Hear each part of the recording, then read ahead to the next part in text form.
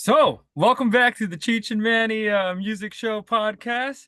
I got my co-host Cheech right here, and we got our special guest returning, Davante. Yo, Cheech, throw it away. What's up, Davanta? How you doing? chilling, do my thing. It's You know, good, man. getting Awesome. How you doing, Manny? Good to see you. Oh, dude, as always, life is good, brothers. Yep. I'm looking forward to this one, man. Same. I did a lot of research on the newer rap, so hopefully I could learn some stuff from Davante and not make a fool of myself like I did today. either way, either way, Davante. you gonna make it for yourself. So you might as well get it out the way, man. Either way, Apparently, there's a rumor. Wait, just at the temple, there's a rumor that someone's favorite rapper is Vanilla Ice. I'm just gonna throw it out there. Seriously? No. One of our coworkers comes up to me and says, I heard,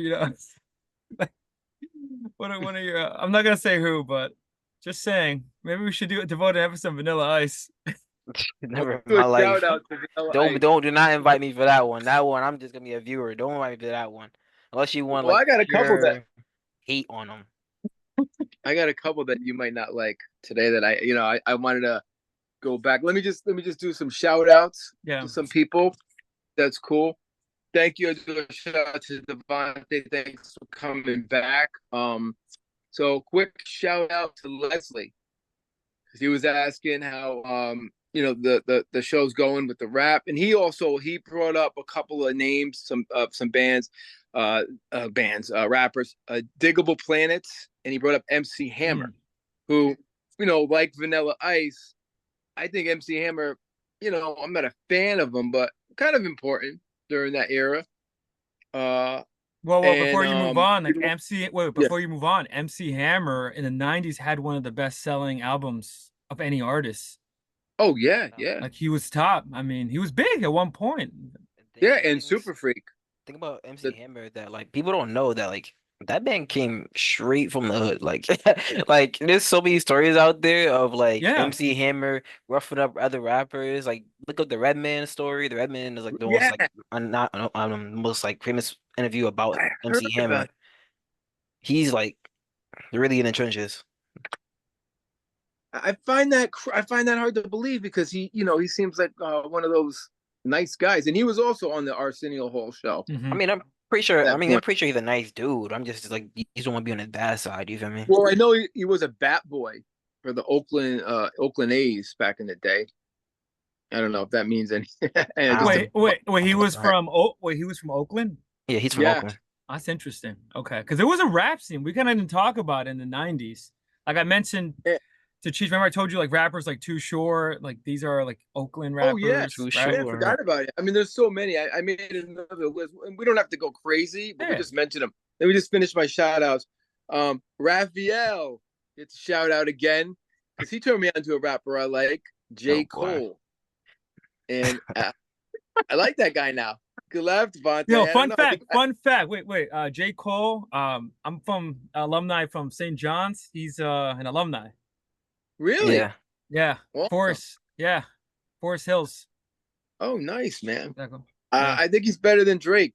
That's my opinion. That's not a controversial opinion. Everybody would think that. But we could talk about Drake because later on we'll discuss how the Toronto. One more fun fact about J. Cole. He was Jay-Z's protege. Like Jay-Z was hyping him up.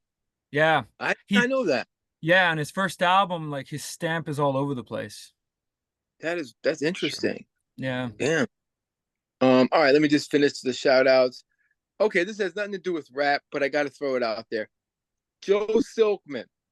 He gets a shout out from our Farewell to Kings episode. Now Joe watched every one. So which is fantastic. Joe, you're the man.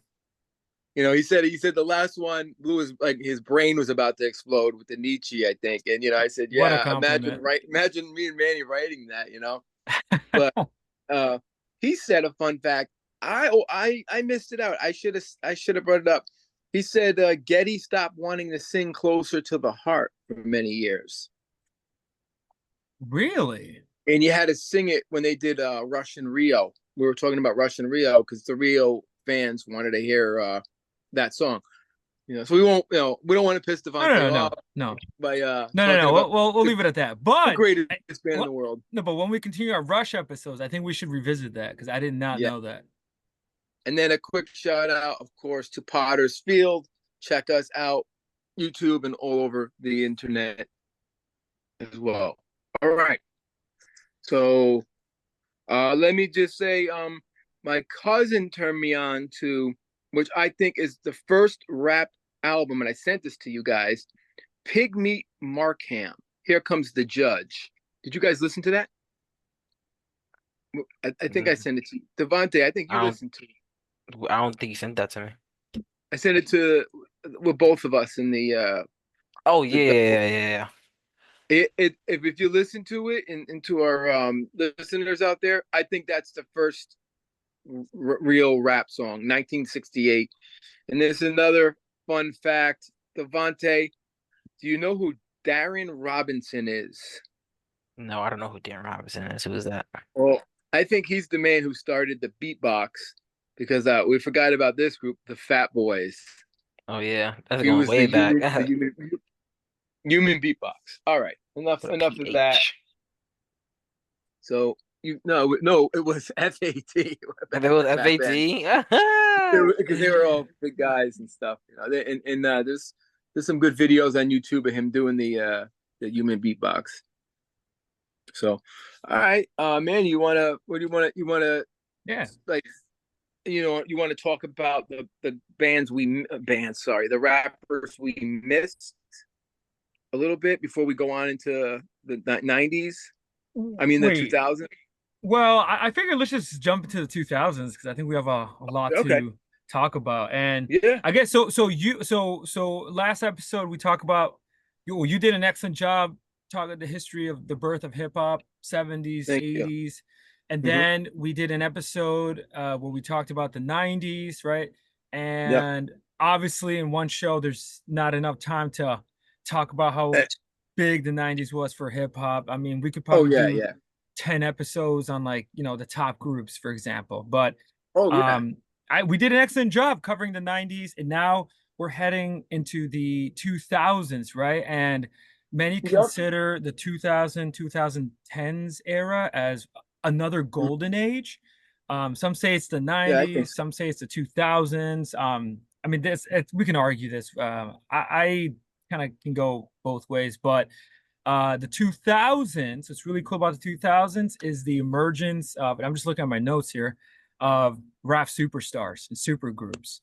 So, and I guess we'll start here. I think three that come to mind, and probably you both know: Eminem, Jay-Z, and Kanye West. These are huge stars, as well as Outkast blew up in the early 2000s. And among others. But I guess we'll start there. So I have a couple. Can I just throw a couple out? Of course. Missy Elliott. Oh yeah, Yeah, Missy Elliott. She was one. Anything. Aaliyah. Before. Oh no, I think it's before. Aaliyah was 90s or 2000s? Yeah, I believe she's 90s. I'm bugging out. Yeah, 90s. I think she died before Missy Elliott, 97. She came out, but she did go way into the 2000s. Then a rapper I really liked and had the privilege to meet, and actually my band kind of did a gig with him, Jadakiss, 2000. Oh, Jadakiss, you can't forget about the Locks and them, man. The Locks. No. Can't forget about them. The Locks from Younger. Yep. And then Little John, Crunk Juice. Yeah, Lil Jon, Usher. Like, it's really this is where, like, the South comes in, you know, H-Town. This is where, like, Atlanta, Georgia. Really, this is like where, like, the South took over hip hop. You understand what I'm saying? Yeah. So when the BET Wars happened, and then Outkast jumped out on stage and saying the South got something to say, they had something to say that year. That's when Lil Wayne came out. That's when the Hot Boys, you know, a lot of big Southern rappers, rap groups, and artists came out during that time, and they just took over the whole rap scene. It was actually crazy. You think about it. Yeah. The Dirty South. That's when it blew up. You're saying, right? That's when it blew up. Yeah, definitely. No, and I was gonna say, so you have the emergence of the rap superstars, and I forgot 50 Cent. I don't know how I could forget him.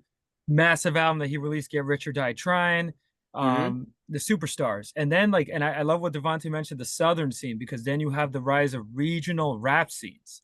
So now not only West Coast, East Coast, even though these two coasts are pretty huge at this moment, but you also have scenes coming from Nelly from, I think, Illinois, and correct me if I'm wrong, and in the South with Ludacris, among others like Outkast. So yeah, now you got regional, not just like West Coast, East Coast. Right. That is very, very true. Yeah. I'm trying to, another guy I liked personally, Rick Ross. Oh yeah, where's he from? He's LA. I think he's a California guy. California guy. He did. I forget the name of it. I liked him because he had some great bass lines. He did a song with Faith Evans that was just killer. That was amazing. Might have been a little later. Yeah, he was pretty badass. And then I guess so we up to so 2010, and I Taylor the Creator, is he in that era? Wait, say his name one more time. Tyler the Creator. Oh, okay. It's a Taylor. I'm like, huh? Taylor Swift. Taylor is crazy. Jeez, man. I think okay. I feel like before we even start getting into before we even get into Tyler the Creator, we definitely gotta talk about like you know what Odd Future, Cheech? Who? Odd Future. Don't laugh at me, no. I do. Odd Future, man. This is one of the best like rap groups of all time. Like I know you guys will think of like Wu-Tang, you guys think of NWA, you guys think of like big groups. This is like what year? Now that's like I say our future is like that's our Wu-Tang, that's our like NWA because there's so much talent that came from that one group. Like you have Tyler the Creator, he's like the main guy. He got his own fashion brand now. He's his own festivals. He's the face. He's the face of our future, right? But then you got Steve Lacy. I don't know if you guys know who Steve Lacy is. No. Steve Lacy, he recently had a hit a year ago, Bad Habits. I wish I knew. Like he had a huge hit. That was a huge hit. At the same time, you got Lionel Boyce, who's an actor. He just won an award for The Bear. He just won an award for acting in The Bear. Oh wow. Yep, he just won like I believe it's what is it? What's the big ones? Oscar? Yeah. Wait, Davanta, I'm reading ahead here, but I see Frank Ocean is Frank a later Ocean. I didn't mention Frank Ocean. Ocean. Come on, Frank Ocean. Cheech, do you know Frank Ocean, Cheech? Come on. I know Billy Ocean. Oh boy, get this guy out of here right now, man. Cheech, I will say, when you get a chance, listen to Blonde by Frank Ocean. It's considered one of the greatest albums at this point. Or Color Orange, either one. Either one, yeah. You'll appreciate it, Cheech, for the musicality.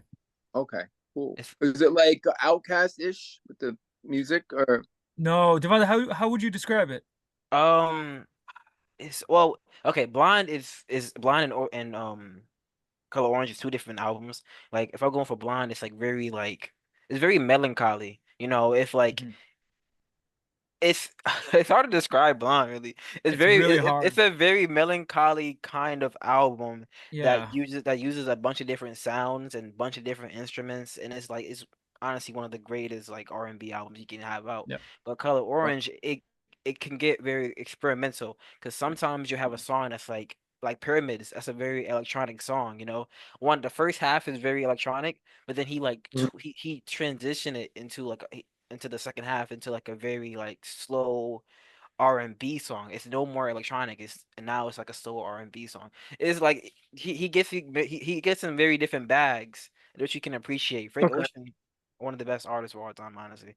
He's got to listen. And now this is like right now, current. This is well, Frank Ocean dropped Color Orange in like what 2011, 2012. Give or take. Oh, so we're still all right. We're back then. We're okay.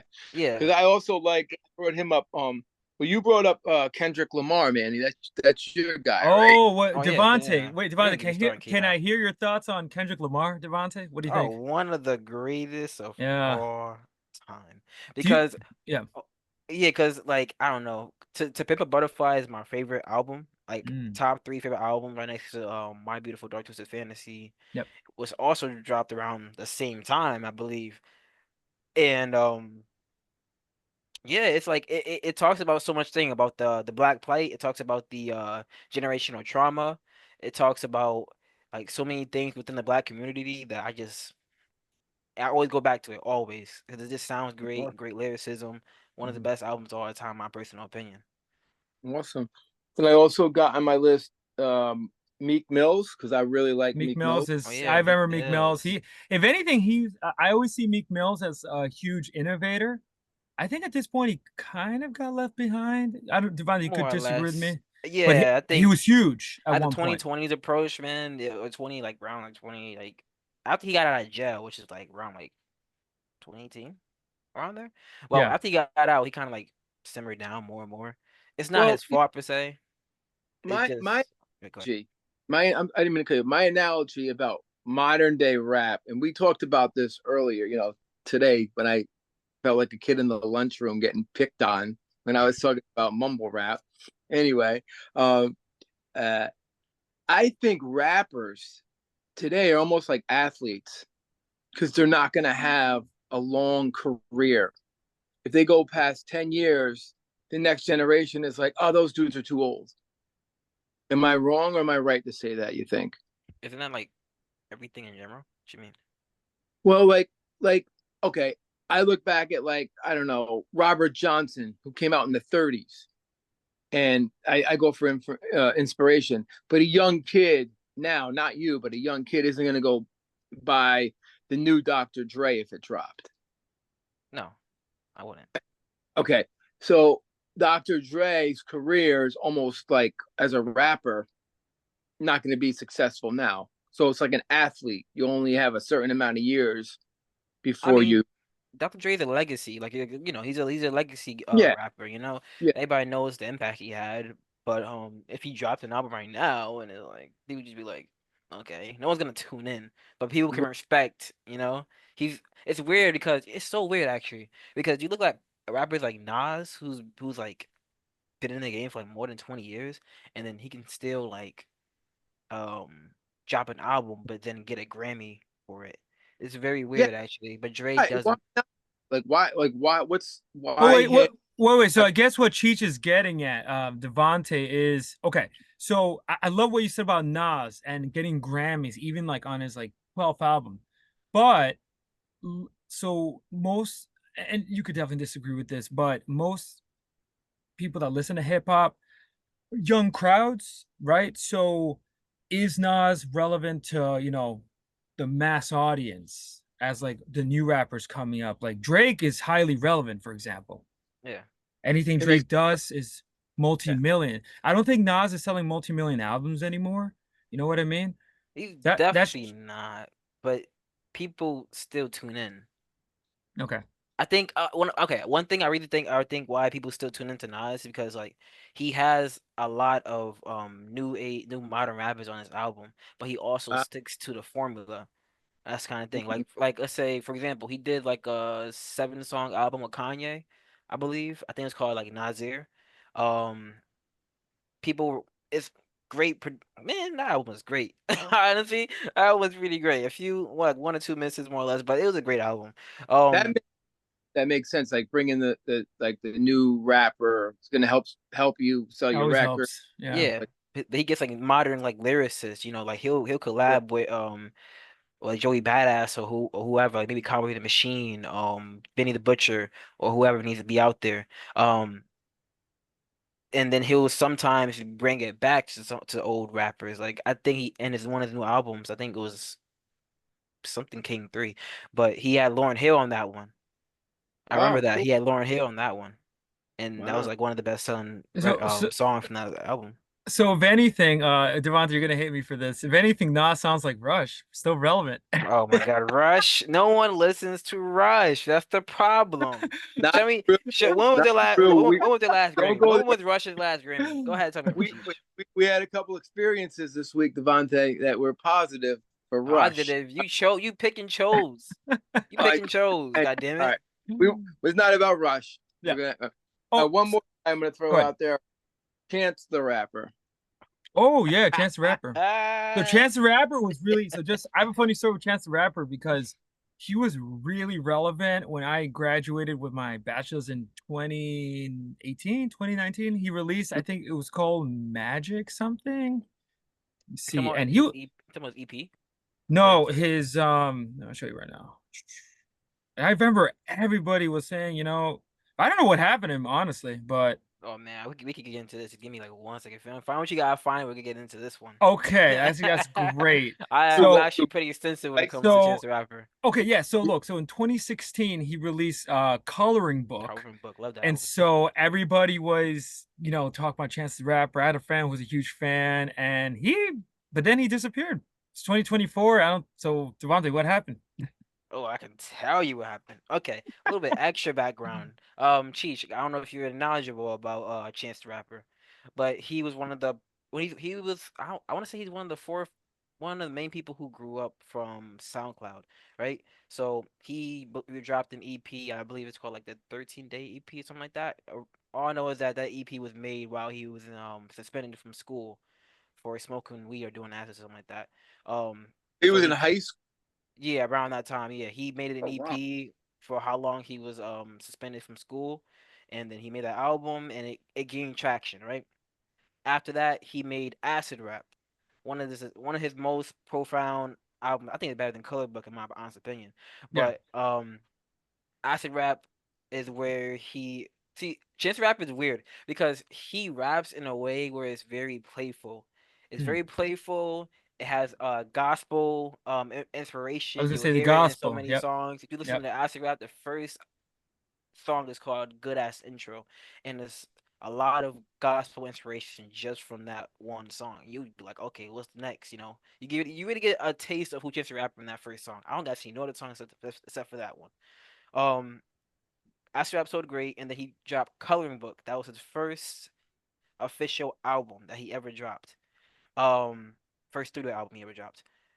Great album. He had Future. He had people in the mumble rap community. He had gospel. He had choirs. I was gonna say, Davanta, remember the song? You know what song was everywhere? It was the one with 2 Chainz. Oh yeah, 2 Chainz. No Little Problem. Wayne. Yeah, Everybody no problem. loved That's a banger that right there. song. That was a banger. I ain't gonna lie. Love that song. Yeah. So Cheech. I know that you're mentioning. I heard it 2 Chainz, and I know the names. I'm not familiar with the music.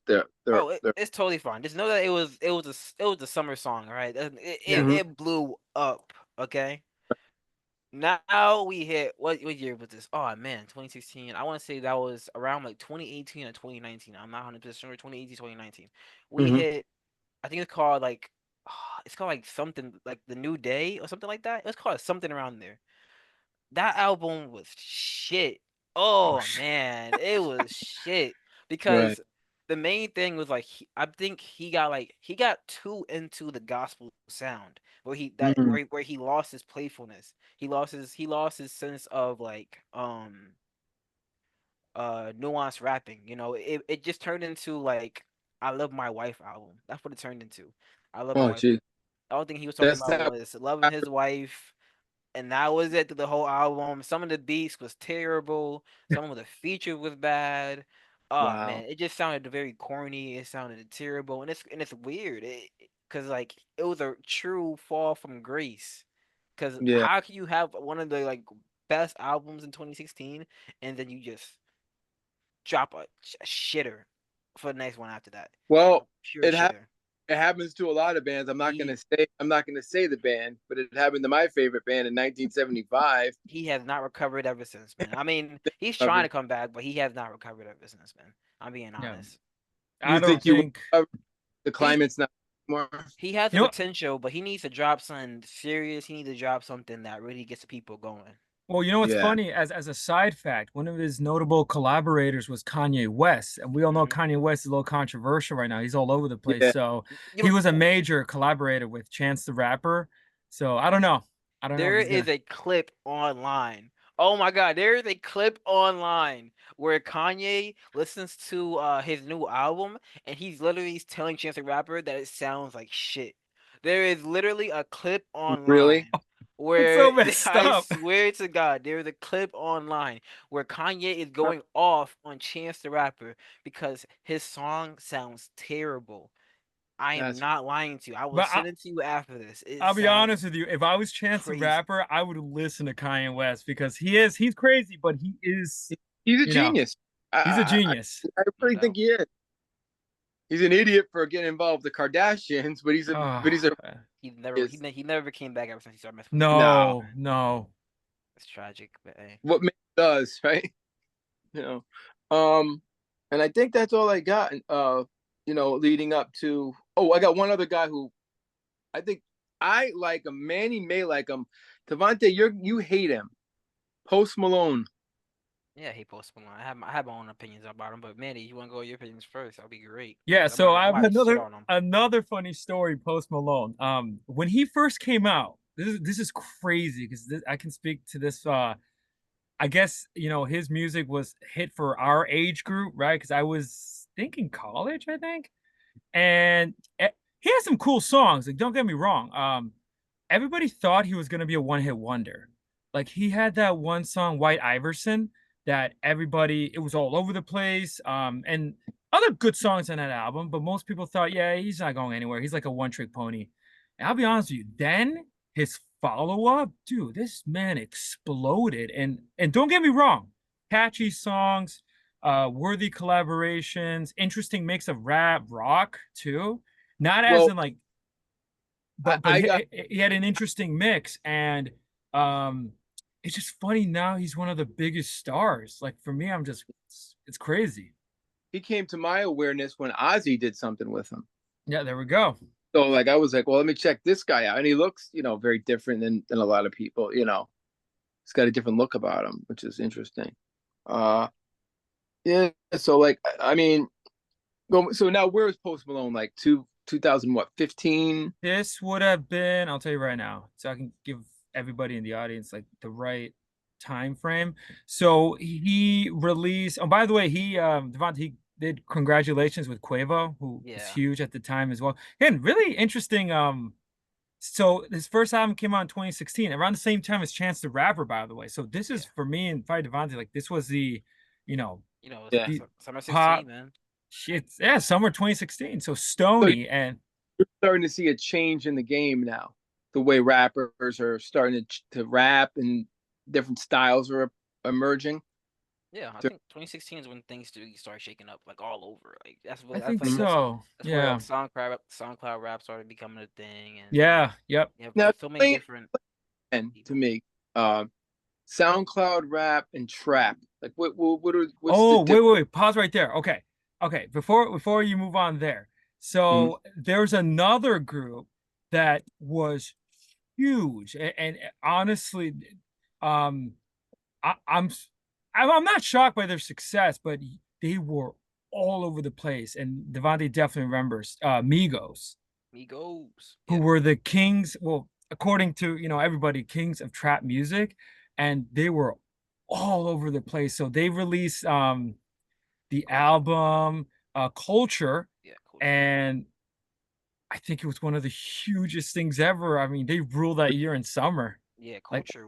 Culture's a great album, honestly. You can go back to it and be like, damn, dangers. I ain't gonna lie. Yeah. This is 2016. Wait, Cheech, have you listened to Culture by Migos? I never even heard of them. I'll be honest. You never heard of Migos? It's crazy. Well, New rap. Like I said, I'm limited. I'm limited to, because I stopped after like Meek Mill. Wait, Cheech. So Cheech, what were you doing in 2017 then? What was I listening to? What were you doing? Like, what was going on? I'd rather not say. It's okay. Fair enough. But I was definitely drinking way too much and Rush. And playing. And then I was playing in a really good band, doing a lot of shows. That's great. So, but I wasn't listening to rap. That's for sure. Well, that's fair, man. Well, that you should have, because I'll be honest with you, Cheech, you should listen to Culture, because you mentioned trap, right? Yeah. And prior to that, like trap's always it was becoming, there are several innovators. There's another one that had a huge hit. I'm trying to remember his name. If we talk about trap, we gotta like talk about 3 6 Mafia. Oh That's yeah. where like Yep. that like originated from. Like without 3 6 Mafia, there would be no Future, there would be no Young Thug, Yep. there would be no Migos. Yep. Because I believe they started the triplet flow. You know the Talked about that last time. Yeah, you're right. So without that triplet flow, there would be no Did they start trap out. Go back? Because that sounds familiar. Like that flow. Man. That's where it became popular from, man. Mostly from 3 6 Well, Mafia. I will say like 3 6 Mafia like popularized it. Like they popularized that style. So I could see that. And I was gonna say like one of the early trap who had a huge I should whatever trap stars, but in 2015 Trap Queen by Fetty Wap. Yeah, 2014. Remember that song? It's crazy. It's crazy how many bangers he had in the span of like a year. He had like a lot of bangers. I ain't gonna lie. He had like Trap Queen. He had Dude, he had a lot, man. He did, and then like disappeared. Disappeared By the time Migos came out, disappeared. Gone. But he made his money though. He did. And again, innovator of trap music because I think he blew up with that song Trap Queen. Also, how come we haven't even brought up Chief Keef yet? Oh gosh, yeah. How come we haven't brought up Chief Keef yet? Pause right there. Innovator, boom. Yeah, so Chief Keef. Now I got another funny story, man, because when he released his dude, he was all over the place. Even in the headlines as well. Like Chief Keef, and he's 16 years old, bro. 16. That's crazy. Wow. Is that the youngest rapper known ever? No, probably not. Probably not. Or it could be one of them. Crisscross. Sure, you want to call them innovators? Sure. If we're in the jeans backwards, yeah, definitely. If you count them. But yeah, Chief Keef, man. What if I checked out, doing my research, 2 newer ones from 16 that I actually liked. Little Baby and Young Thug. Yeah, Young Thug, one of the pioneers of just SoundCloud rap in general. Like if you listen to Lifestyle, you're not gonna. I'm being honest. If you listen to Lifestyle, you're not gonna understand what the hell he's saying. I can understand. I've listened to it for about 6-7 years, but cause as a new listener, you'll be like, "What the hell is he talking about?" Like I'm not kidding. You literally will not understand him. These guys are mumble. I don't like calling it mumble, but yeah, you could call it that. Well, with the mumble rap, so that style again. It's funny because I think there's a meme about that mumble rap. Like I don't know if you guys seen it. But Future, I think he was one of the huge. If you call it's not called mumble rap. There's a name for it, but it's sort of like kind of. I just say trap rap, honestly, with you. Yeah, in a way. Because like Tony Montana came out. Trust me, people was like, auto tune was heavy as hell. People couldn't understand Future like 20 months, and like you really couldn't understand Future for real. But so people can get away with the mumble rap, it's whatever. But I don't like using it personally. I don't like using it. Well, like what I did, I don't know if you want to save it for the next episode. I just had some questions for Davanta about. Well, I was gonna say pause it. So Mrs. Doubtfire, we have 2 minutes. So at this point, we'll wrap up. Yeah, so you can do the questions. That'll be awesome. And one more, I think it's pretty. Actually, 2 more. I got 2 more. Quick. DJ Khaled and ASAP Rocky. Oh yeah, bangers. I don't know about DJ Khaled, but ASAP Rocky definitely. Cheech, you're DJ Khaled? No. I gotta look. I never heard DJ Khaled. That's crazy. No, what are you listening to? Wait, you gotta understand. Stopped after like. And when MTV stopped showing rap videos, okay, I kind of lost rap. Like, I was like, I did modern rap. I liked Meek Mills. I got into him, and then I just kind of was like, I don't know any of these people, and I just never really listened to it after 2014. So it's all new to me, and I think a lot of it's all the groups you're saying. I think it's fantastic, and then I'm just revisiting the ones that I liked that that I thought were pretty good. But I do like you call it trap rap, not mumble. That's a derogatory. Well, I'll be honest with you. I don't know if Davanta would agree with this. So you had the trap rap, right? Mm-hmm. And then I call it sort of like dream rap. it's sort of like a stream of consciousness rapping where they're using heavy autotune and it's just flow. And it's like it creates this vibe. It's hard to describe. Yeah, like Future was famous for that. I like it because it's so different. You know, it's almost like Frank Zappa of rap or Sun Ra and jazz. I could see that. It's nobody did. It's a new genre that no one ever did before. You know, and we'll talk about it because there's other guy I was listening to, Kodak Black, who's supposedly the guy who started it.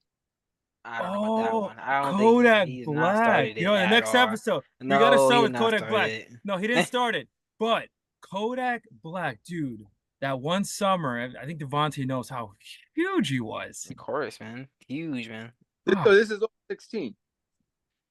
That was all the year 2016 for these. All right, everybody. Welcome to the Cheech and Manny Show, Part 2. On, I guess we would call this modern rap that's going on right now, current rap, and our special guest, Davanta. Yep. And I think we left off on Davanta playing Robert Johnson. Oh, never mind. I'm sorry about that. On Kodak Black. Yep.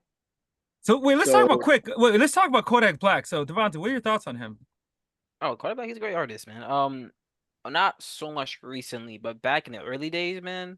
Yeah. When he collabed with X for I can't even roll in peace. That one. Yeah. That's when we collabed with X. He had his own song, No Flockin'. Bodak, was it Bodak Yellow? I think Cardi B took that song and then made her own thing from that. Right. Which got her that was famous. Huge. Yep. So the impact is that's when I can't get into the Cardi B thing.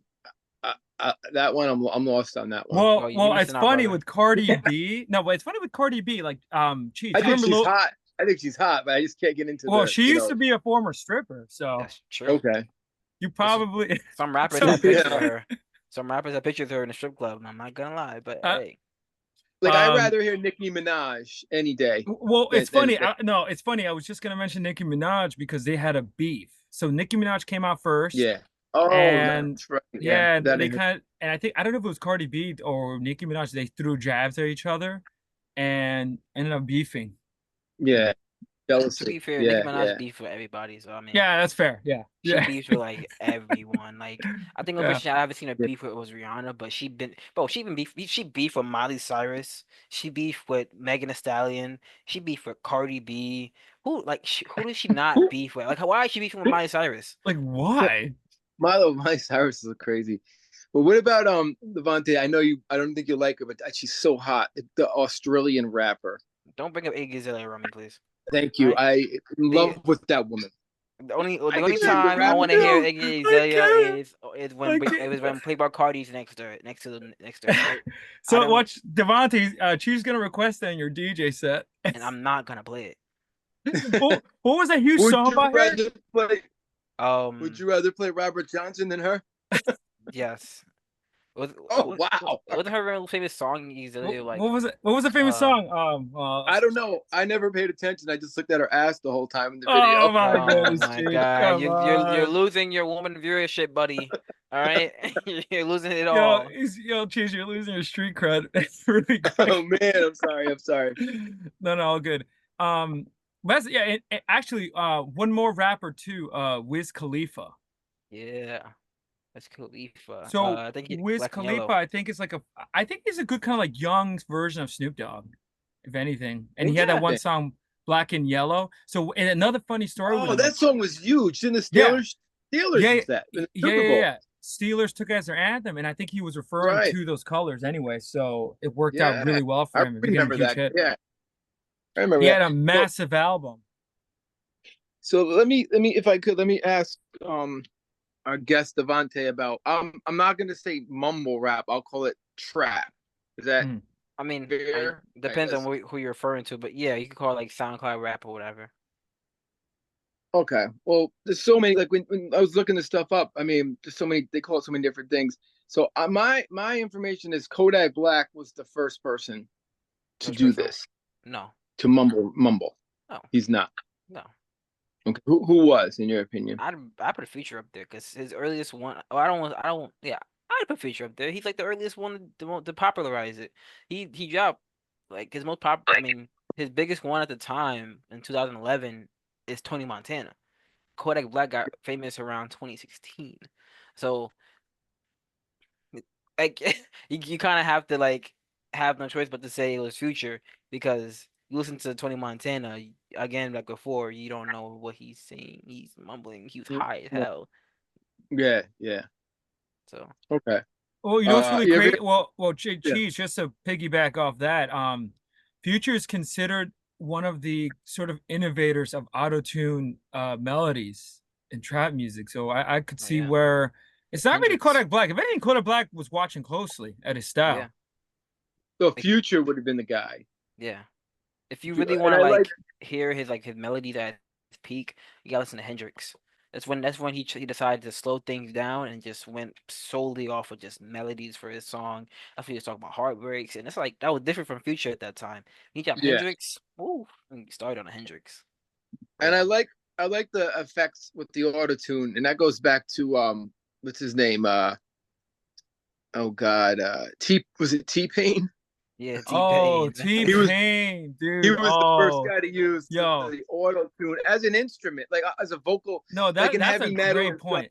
And by the way, T-Pain, he did Cheech. I don't know if Davanta, you know the NPR's Tiny Desk concerts. Yeah, it's great. I love them. They're amazing. And T-Pain did a live performance. The dude can actually sing. Yeah, so he used auto-tune. Yeah. Oh, I know those cons. You sent me one with the Wu-Tang. Yeah, no, I sent you Cypress Hill.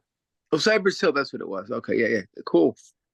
Okay, so then a guy, well, this is what I came up with. A guy named Michael Hughes came up with the term mumble rap. I don't know if you ever heard of him from a magazine. Nah, I don't like using that word because I feel like it's a derogatory word term. Okay, so this is what I got from my.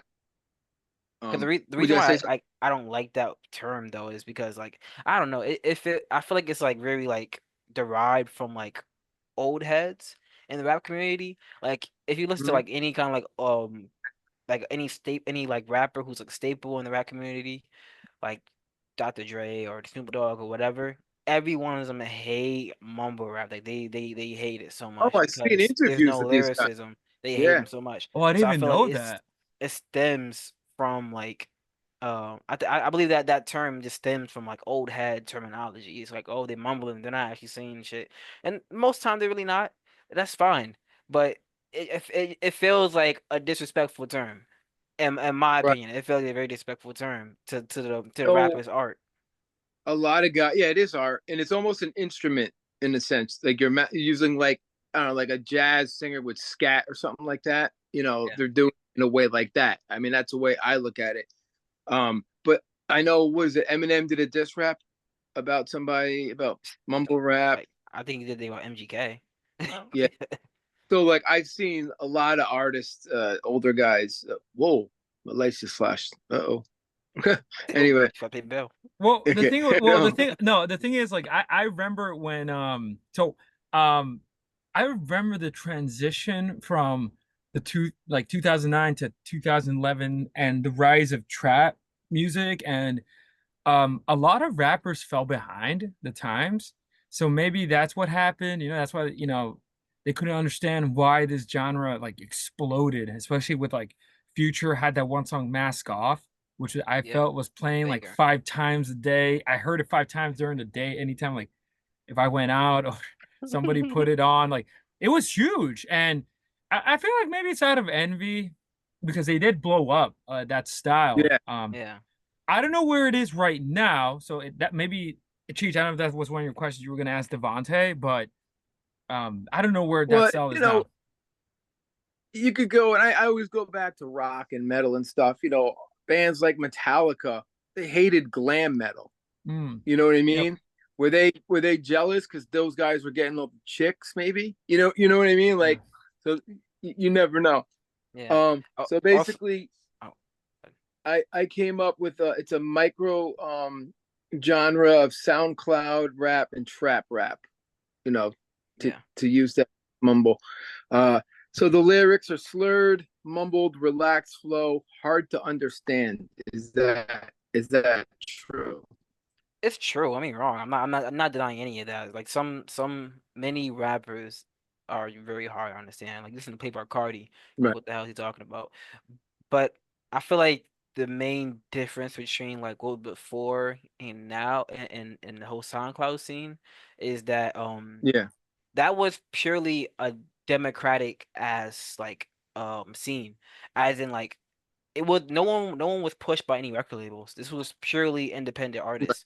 Kodak That's a Right. great Black, point. That's Chance the a yo, Rapper, dude. That is a um, great point. Little P, They're all Playboy SoundCloud Cardi. rappers, right? None of them was pushed by any label Yeah. whatsoever. That's a It was great point. purely through the people. The people pushed them into stardom. Yeah. So Mhm. that's like I believe that's like one of the most like infamous part of rap history as where the internet took celebrities and put them in the mainstream. Took rappers and put them in the mainstream and made them celebrities. That's the big thing Right. about this whole SoundCloud era in general. Like no record labels. The people chose these people, and many of them who were part of the SoundCloud era are still here. Denzel Curry still here. Playboy Cardi still here. Little Uzi Vert still here. I was gonna say Many Lil. people are still here. We forgot to mention Lil Uzi Vert and how huge he was too. They're still here Yeah. because the people Yeah. He's chose on. them. He's People on my chose them. list of yeah. And then that is a good point. Laid back beats, instrumentals, heavy 808 drums, melodic synths, and of course auto tune. Right. Hmm. Yeah, of course. That would be a part of the makeup. Yep. Yeah, of course. Some of the most notable producers who use autotune, Pierre Bourne, Ronnie J, stuff like that. A lot. That was the main thing. Right. Very punchy 808s. Um, laid back. Like you listen to any like Pierre Bourne. Take not take Heath. What am I talking about? Wow, what is that? What is this producer's name? Either way, the one who produced Playboi Carti's first album. That was Pierre Bourne. I'm bugging out. Um, their whole main thing was to just have chill beats, have very chill, melancholy beats, while the rappers are either uh spitting nonsense, honestly. Right. Right. So yeah, Okay. that was the main thing. All right. Let me see. So the next thing I have is the vibe, mood, texture, lo-fi, distorted bass. Yeah, yeah, very. Does that make any sense? Is Yeah, that a part of I mean, as in like lo-fi the genre, or like, or just like the the one lo-fi, sounds. Lo-fi the beats, I think recording? that's what like lo-fi style. Yeah, Oh, I yeah, mean, yeah. yeah, I mean, I think lo-fi is like kind of inspired from the whole like SoundCloud scene. And one thing I'm Hmm. thinking right now is which I didn't even Like mention, not it's kind of produced, crazy. overproduced. Yeah, that's definitely like Right. one Okay. of the big things, part of it. But one thing that I definitely forgot to mention was like there was like a big resurgence of like screaming rap too during that 2016, 2017, 2018 on SoundCloud rap. Oh, Um, wait. Actually, that's funny because yeah. well, go ahead. Yeah. I don't know if anybody remember him, but I mean that's this is around the same time where Zilla Kami became big, who's like a screaming rapper. Tentacion, who's one of his biggest hits Yep. is Look at Me. Listen to Look at Me, and you be like, yo, this shit is like high intensity nonstop. You gotta take a step back with Ski Master Slump God, which is crazy song. Um it was a big surge of like rappers like screaming over these 808s and hi-hats. It was a crazy time, a good time. I definitely reminisce over a lot. It's a good time. I can That's say. pretty cool. That's interesting. Um, Well, I and was gonna say, then wait, do you remember what was his name? 6ix9ine? Fix Nine. That oh was like yeah, 20 that yeah, was 2018, 2019. But Would he yeah, be he part of the definitely also came screaming? up. So just actually Cheech, you said you were listening to 6ix9ine yeah. My kid got me in the 6ix9ine. and you Take liked take it, him out right? of your Because discography. Yeah, Don't ever play him in public, all right? Don't play him in public. Don't ever. like years. I'm talking middle when she was in middle school. Like she Okay. was playing that. And I thought he had an odd look. He looked like a rag doll he had like crazy Colored looking hair. hair. Yeah. I thought he was different, like a punk rapper. if that makes sense. He's not even like close to one like there's rappers that do it way better than him, like Def Grips, JPEG Mafia. Like I can get into experimental rappers. I was gonna say, pause on Death Grips. Cheech, if anything, dude, listen to Death Grips because I don't think he's ready for that one. I'll be honest with you. I think he is because I'm gonna show him guillotine and see how he takes it. You're guillotine. No, but like metal now. Dude, no. Cheech, you know how I describe Death Grips? It's a mix of like death metal and like 9 Inch Nails and hip hop. Like industrial. Yeah, industrial. Yeah. That's so you would probably like it. Yeah. All right, you gotta send me some of that.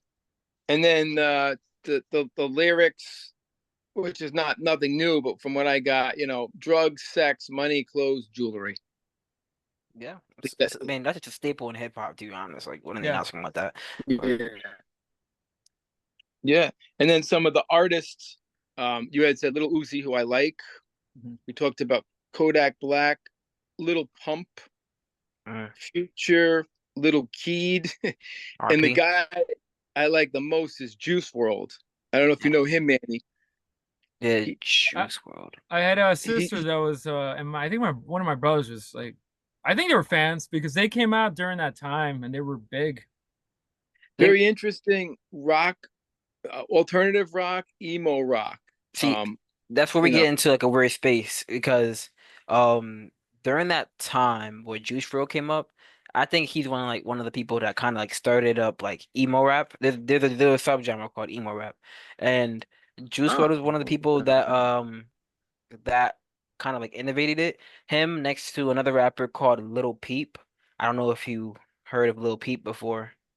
No, I have him on my list. No. Lil Peep, he's also inspired by rock. They Juice WRLD, Lil Peep. You can even go to X too, because X have a few songs like I met the Devil in Miami. This is really like emo-esque kind of rap songs.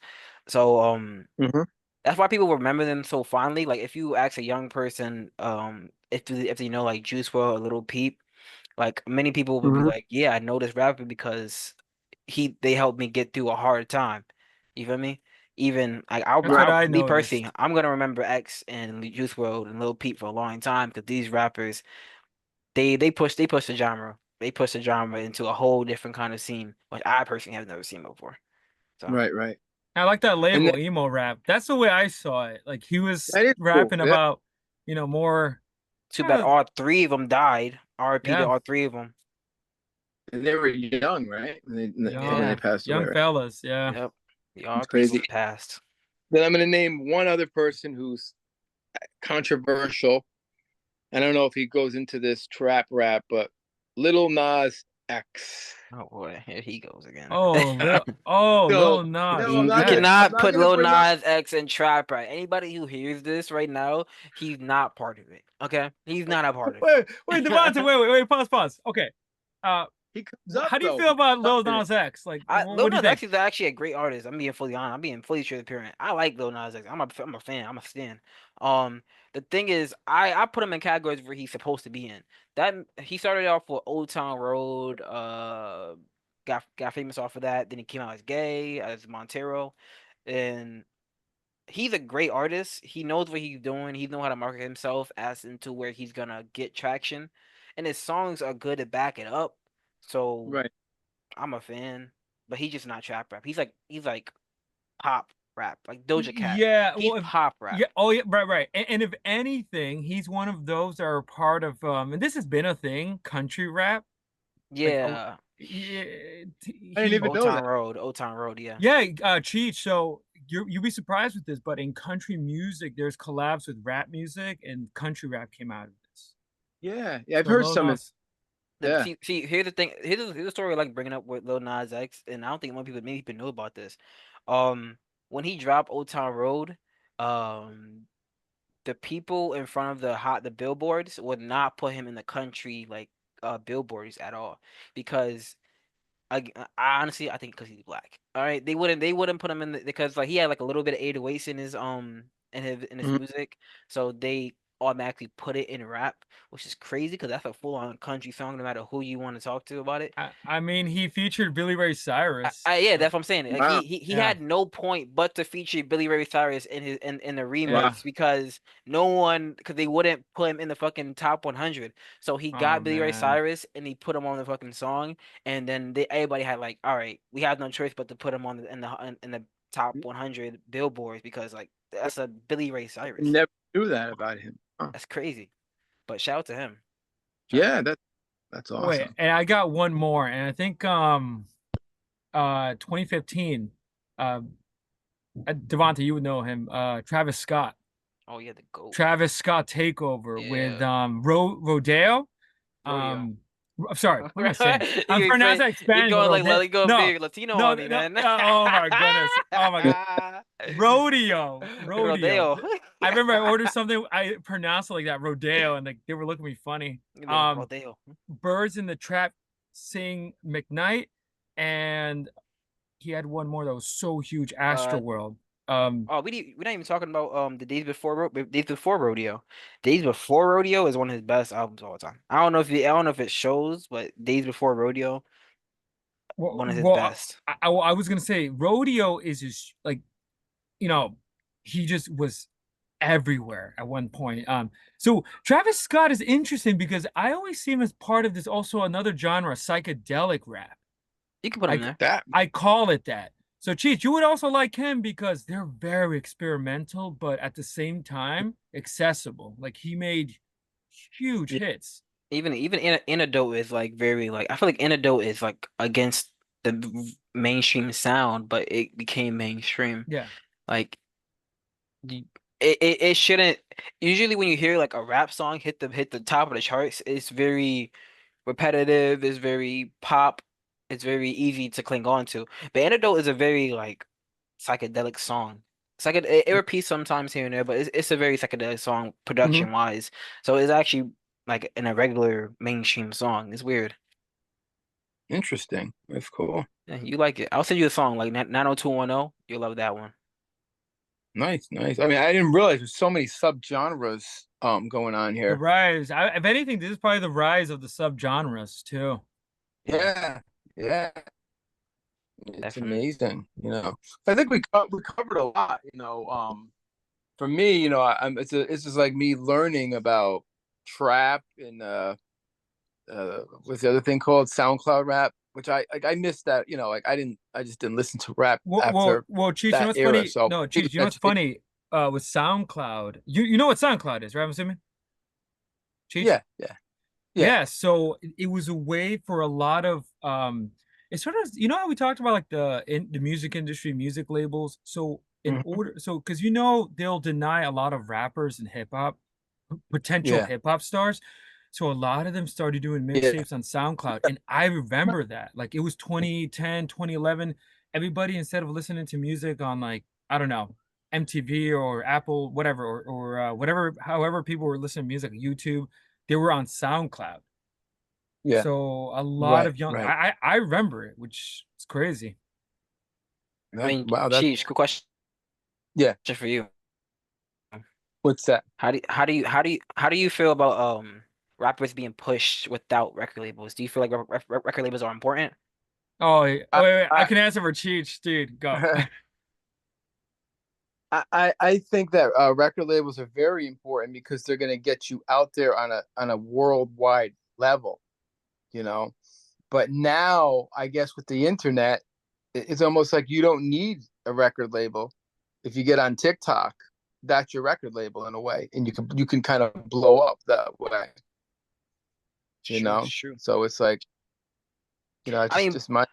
But don't you like feel like it's not like, I don't know, don't you feel like force fed back then? Yeah. Like, they put the music that the record label think you like and put on MTV, and then I listen to it. Well, Davanta, we talked about so when we talk about like music, not rock music in the 70s or 80s or whatever.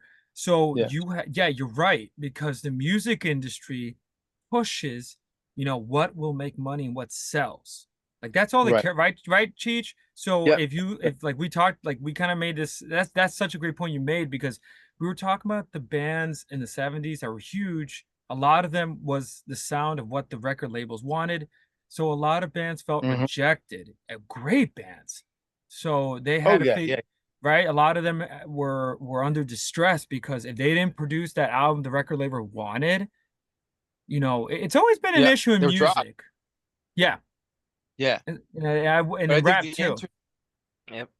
The internet is like, it's good for these artists because it's going to get you out there. You don't even have to tour that much. You just put something on TikTok, Instagram, and if you're lucky, you're going to get 1 million followers, you know?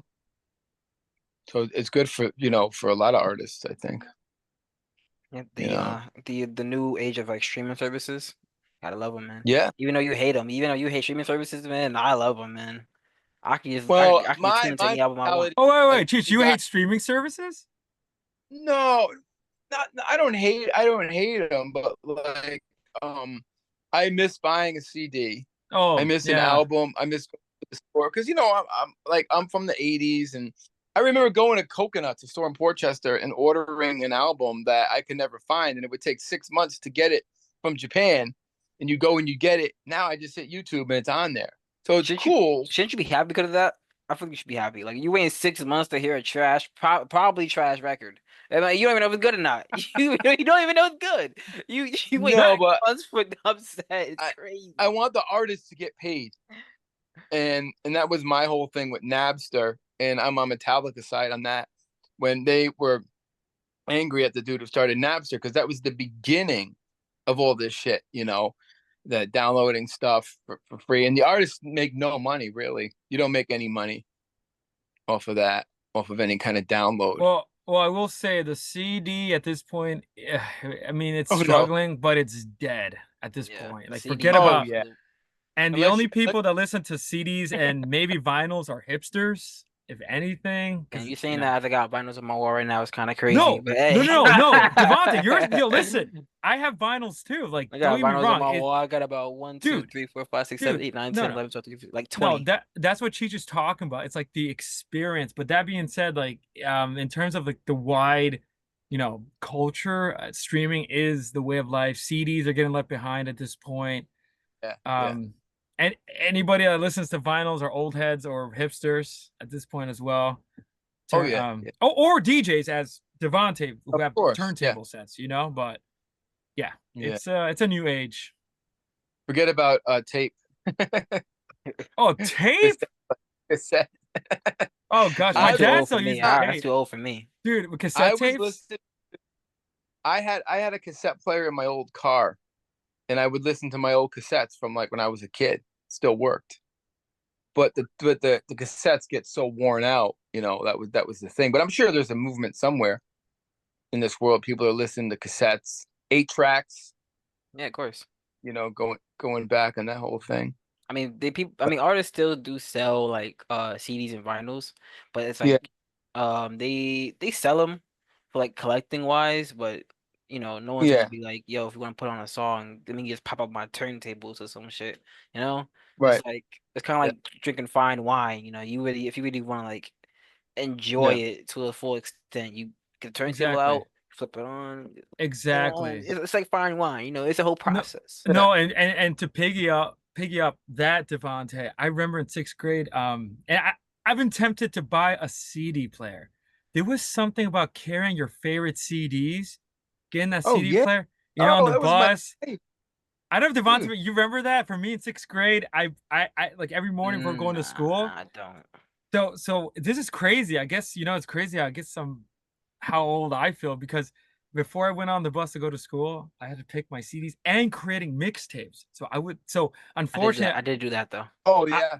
So Davanta, you remember Spotify? Like, I would download music, create CDs. My friends would give me CDs. Like, you would burn the music onto the CD. Yeah, I did that a lot when I was younger. I don't know why. I had like a lot of Michael Jackson songs on that, but that's all I well, because Michael Jackson, I think maybe he passed away. I remember the moment where he passed away. Like, it was huge.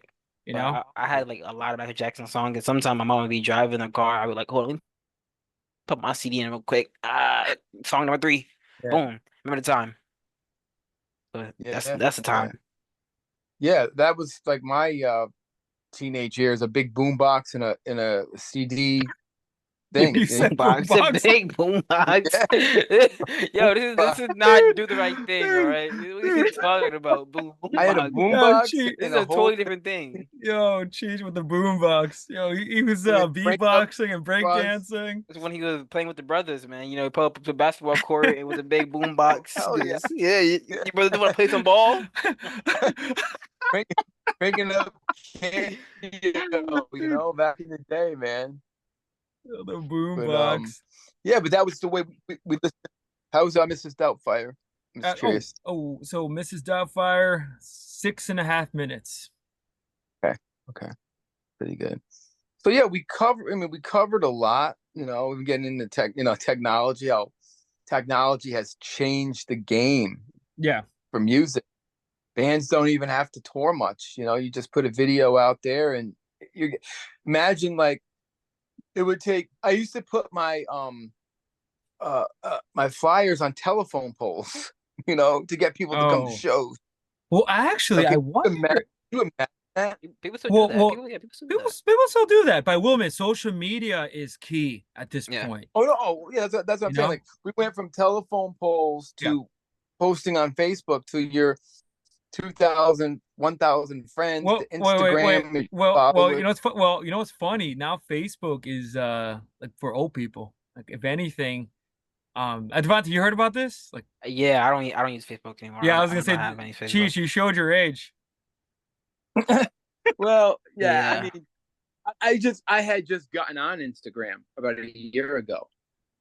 I didn't know what it was. To be honest, I got on post it because pictures, my then you don't put on captions on it. Cheech, you gotta put a caption. You gotta put hashtags like. I have no idea. You know, like my daughter's always making fun. My daughter's like, "You post like a 5-year-old." That he does. He really do. He posts no captions at all. Just a picture. That's it. Yo, no context. I have no random clue. Picture of him, just like it's just the image, but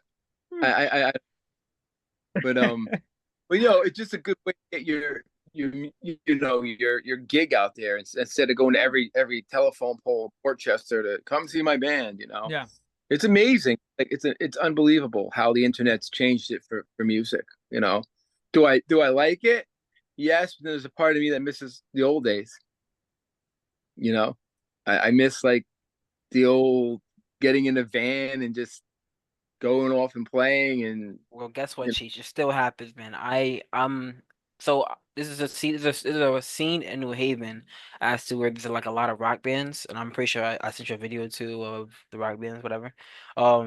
So there's this one band, there's one artist called Esmer, Justin Esmer. Great artist. Anybody who listens to him, Justin Esmer, Esmer. Great artist. He does rock. Great artist. So him and a group of people who I know, they all got a van and they drove all the way to Missouri. They drove to Missouri, I believe. Yeah, they drove to Missouri, and they had a show down there, a few shows around that area, and so they got a big van, just drove to Missouri, played, did a little music video at the same time. It still happens. People still do it. If you don't believe so. That's what I like. I like to hear that. That's awesome. Old school. That's how we used to do it. Yeah. It's still here, still around, man. Don't be afraid. Yeah. But we definitely. I mean, we covered a lot in these episodes. Any closing notes on anything? Yeah. Good. One thing I realized we never brought up Childish Gambino. That's one of the developers we never brought up. It's funny. He was on my mind too. He's Childish Gambino. You know Childish Gambino is, Cheech? I heard you guys talk about him. Yeah. I don't know. Tragedy. Tragedy. I will admit, Cheech, you will like Childish Gambino. He's especially his newer stuff. You listen to I sent you some stuff, man, from Awaken My Love. Hold on, I have the vinyl. Give me a second. So Childish Gambino, Cheech, he's one of first of all, he's also an actor. It's kind of funny, and he released some yeah. So the one that Davante's holding right now, that's considered one of the greatest albums of all time. He uses samples. He's inspired from the Funkadelics. You will love it. He takes a lot of like 70s, 60s rock and just put it and he just makes his own thing with it. It's great shit. Good shit. Good bass lines in it, Cheech. You would actually love that album. To be honest, Redbone is my shit. What this is like how new? Like modern, like 2017, 16, 18. Something around that age. Yeah. He exploded with that album. And it was featured in the movie Get Out. Cheech, have you seen that one? Oh yeah, I saw that. In the beginning, it was featured in that movie. So oh, nice. Awesome, man. Cool. Any guys, any last minute thoughts? We have 1 minute. I just want to say thank you, guys. Thank you again, guys. Oh my God, thank you again, guys, for inviting me onto the show. I hope the viewers learned some shit. I mean, I don't know. I tried. I hope they learned some shit. I learned a lot. Same here. I'm like a student to this because I don't know any of the modern rap and the trap rap. I'm not gonna say mumble. I enjoy that. I actually like that stuff. So thank you for teaching me. And I bring some new viewers to you, man. And I'll always laugh at you. By the way, there's no matter what. I know. And I laugh back. Yeah, it's funny. I'm spared that because I grew up on this, and I was on Cheech. I always have fond memories of many of these artists. Yeah, that's cool, man. I'm gonna definitely check them out and listen to them. But Sugar Hill Gang still rules in my book. So quick, Cheech. Favorite rapper of all time? Has it changed? Nope. What did I say? NWA and the Sugar Hill Gang and Lil Uzi. Lil Uzi. That's pretty cool. Yeah, just kidding.